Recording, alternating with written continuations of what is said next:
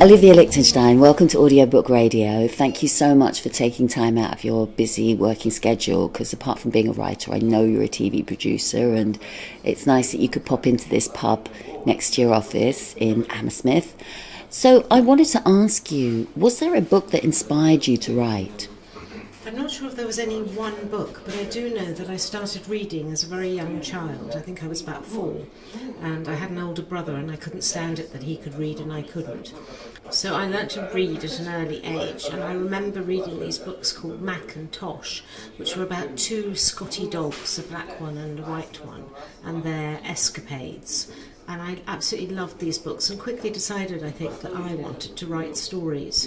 And in fact, when I was 7, I started my first novel, which was called The Talking Horse. Gosh, at 7! But in fact, it only really extended to about a page and a half, and I think it took another 40 years for me to actually write a book properly. Is there like a book you've read that you just wish you'd written yourself? I think the book that I wish I'd written myself would probably be Any Human Heart by William Boyd. It was such a fantastic book.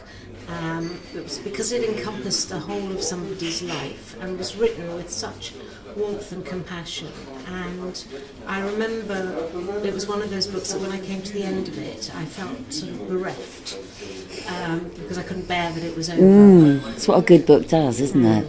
So when you say you wish you'd written it, is it kind of a combination of like the story, because you specifically mentioned the warmth and compassion, so is that kind of tone and style more important? Well, not more important, because obviously the story is all, but is that an important factor in the fact, you know, like you said you wish you'd written it, is it because of being able to communicate that sort of tone? I'm not sure if it was specifically that. I think the point about it was just so well done. It was so beautifully written and encompassed, you know, a whole lifetime and all of that sort of a person's journey through life. So it just felt like such an accomplishment and so beautifully done that I think I felt, you know, I wished that I would love to be able to do something with as much talent as that. Is there any subject or anything at all that you think doesn't belong between the covers of a book?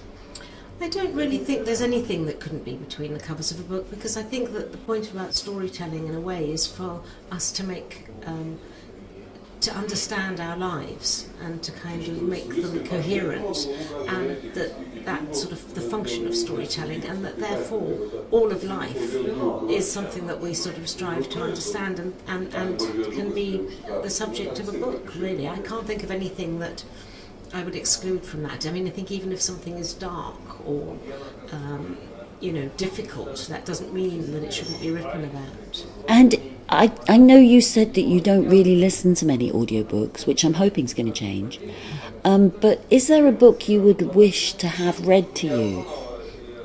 I think that, you know, I think I don't listen to audiobooks only because I'm not in the habit of doing so. And I think when I'm in my car, which would probably be when I would listen to them, I tend to listen to the radio. But actually, it's one of those things that whenever I hear about it, I think, oh, that would be a nice thing. I think I probably would love to listen to something like Great Expectations by Dickens. And that seems to me that would be a rather lovely audiobook to start with. And partly I think that's because I just think it's one of my favourite Dickens novels. Also, it was one of my father's favourite books. And so there's something sort of familiar and comforting, I think, to have a book like that, which kind of occupies an emotional place in my heart. You know, and have someone lovely with a lovely voice read that would be lovely to listen to. Okay. As a mate, I'll make note of that and potentially order it up if next time you get a bad flu. Okay, and then the other thing I wanted to find out from you was, you know, you talked earlier about the Scotty dogs and how it kind of made you want to tell stories. So do you think in the days before print you would have been a storyteller? I think that it is part of our nature as human beings to need to tell stories, And in one way or another, I think we all do it. So some of us write novels, others make films, which is something that I also do. And others, are very good at recounting anecdotes. And I think that a lot of it is to do with processing experience. And, storytelling is one of those elemental things which just has existed for all time. So I think that if you have that need in you, as most people do in one form or another, then you'd have to find a way to express it, whether it was by writing or talking or singing or dancing. There's always a way to tell a story. No, totally. So I'm trying to envisage what you would do about telling those stories. I mean, would you sort of drum up an audience by, getting yourself a plinth or a podium and kind of almost like Speaker's Corner, shouting and screaming? Or do you think you'd try and engage kind of people individually? And I suspect I would probably be more inclined to do it on more of an individual basis or on a small group, but that's only because I'm not a performer. And so the thought of having to appear before a huge crowd, I don't think that would be my natural inclination. But I could see myself huddled around a fire with a small group of people. I think that would suit my temperament better, probably. oh, thank you. You've answered them wonderfully. Before you go, let me find out a little bit about what you're doing in terms of writing. Well, I'm very overdue on writing a new book, and actually that's just because I've been doing quite a lot of television over the last couple of years. But I've got a couple of ideas that I am working on, and I feel that I need to ease myself back in a bit. So I'm going to set myself a task. I think it's a muscle that needs to be, worked in order to kind of fully function. And I feel I need to. I think what I'm proposing to do at the moment is possibly to write some short stories just to get myself back into it. And so how does the process begin for you? I mean, is it always like the germ of an idea that just kind of becomes more and more intriguing and you want to develop, or are you quite disciplined? Like, will you say, okay, I've got between 10 a.m. to midday and I'm going to write? I think it's always interesting finding out how people work, and everyone has their own sort of different way of doing so. I think for me, quite often, it helps if I know the beginning and I know the end, because that way I've got two fixed points, and I don't necessarily know the journey between them. But if I can start with the beginning, that helps me. And if I've got a kind of end, you might meander off the path, but somehow you kind of know where you're going. When I am in writing mode, yes, I am disciplined, because otherwise you simply wouldn't do anything, and it's so easy to procrastinate. And so I try and set myself a goal of a certain number of words a day. And then when I've achieved that, I can stop. Wow. Well done, that is good. One thing we get from audiobook radio is a lot of people asking about how to go about getting published. And I know you mentioned that, from the age of 7 you wanted to you started writing your book, and it took 40 years for you to publish your book. So I know that there weren't a lot of books written in between that time, but I was just wondering if you could tell us a little bit about how you went about getting a publisher, and partly even the process of starting to write a book. I think, again, this is probably quite a personal thing. What happened with me was that I had an idea for my first book, and I wrote 3 chapters. Sorry, can I interject? Is this Mrs. Zhivago of Queen's Park? Mrs. Zhivago of Queen's Park was my first book. So I wrote the first 3 chapters, and I sort of at that time belonged to a kind of writing group.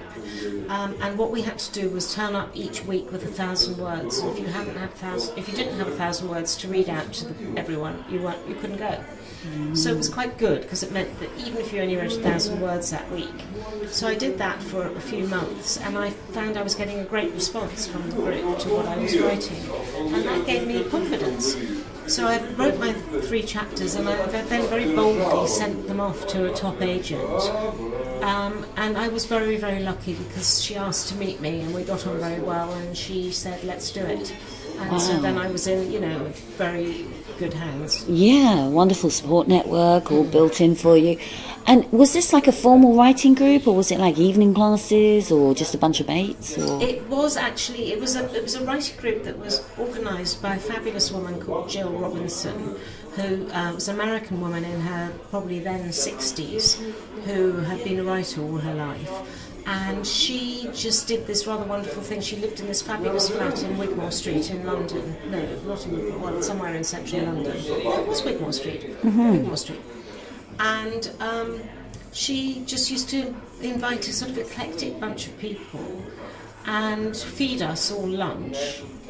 And then we'd sort of stuff a contribution into a teapot for our lunch, and we'd go around the table and each read our 1,000 words. And she was very sort of motherly and supportive, and it was this rather wonderful kind of weekly little oasis, where you were able to go and I think we all felt very safe because it was very warm and supportive.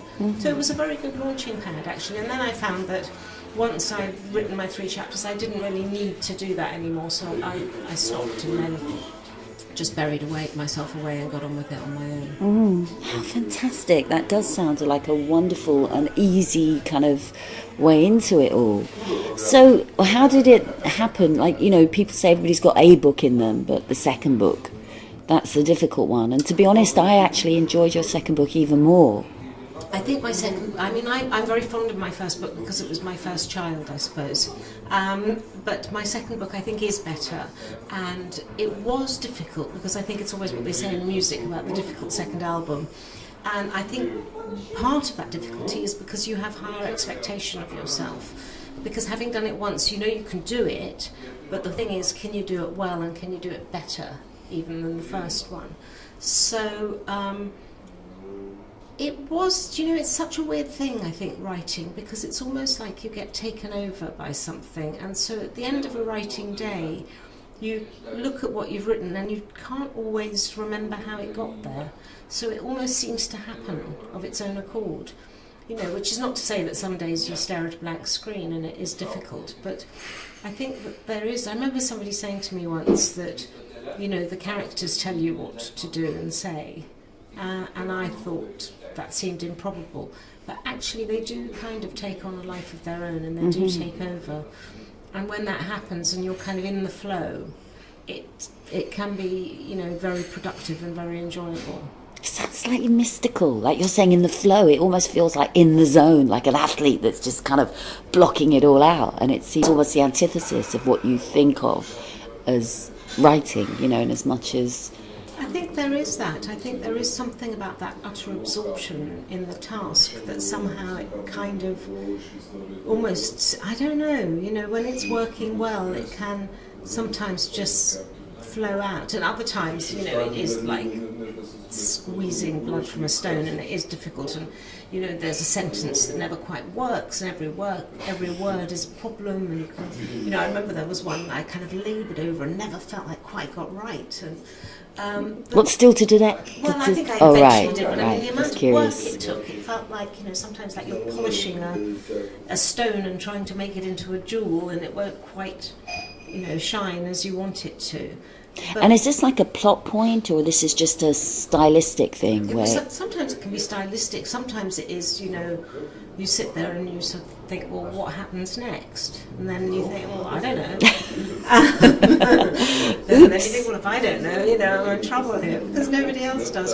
But I think that, what I discovered was that, I think what somebody said once, which I thought was really good, which was that something like 90% of the whole thing about writing is application of bum to seat.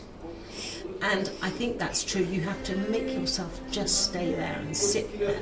And I learned that in the end, if you did, something would happen. But if you jump up and go, I can't do this today, nothing will happen. But if you make yourself just sit, ultimately, you think, okay, I'll try this, and then that might lead somewhere, and then suddenly you've got a scene happening that you didn't necessarily envisage. So it is quite a mystical thing in a way. That's the 10%, presumably. Yeah. Yes. So a lot of it is hard work, but there is something about how this thing happens, and suddenly, pages have appeared, and almost you can't remember writing them. which does feel a little bit mystical. Yeah. So that's when it's going well. Yes, that sounds wonderful.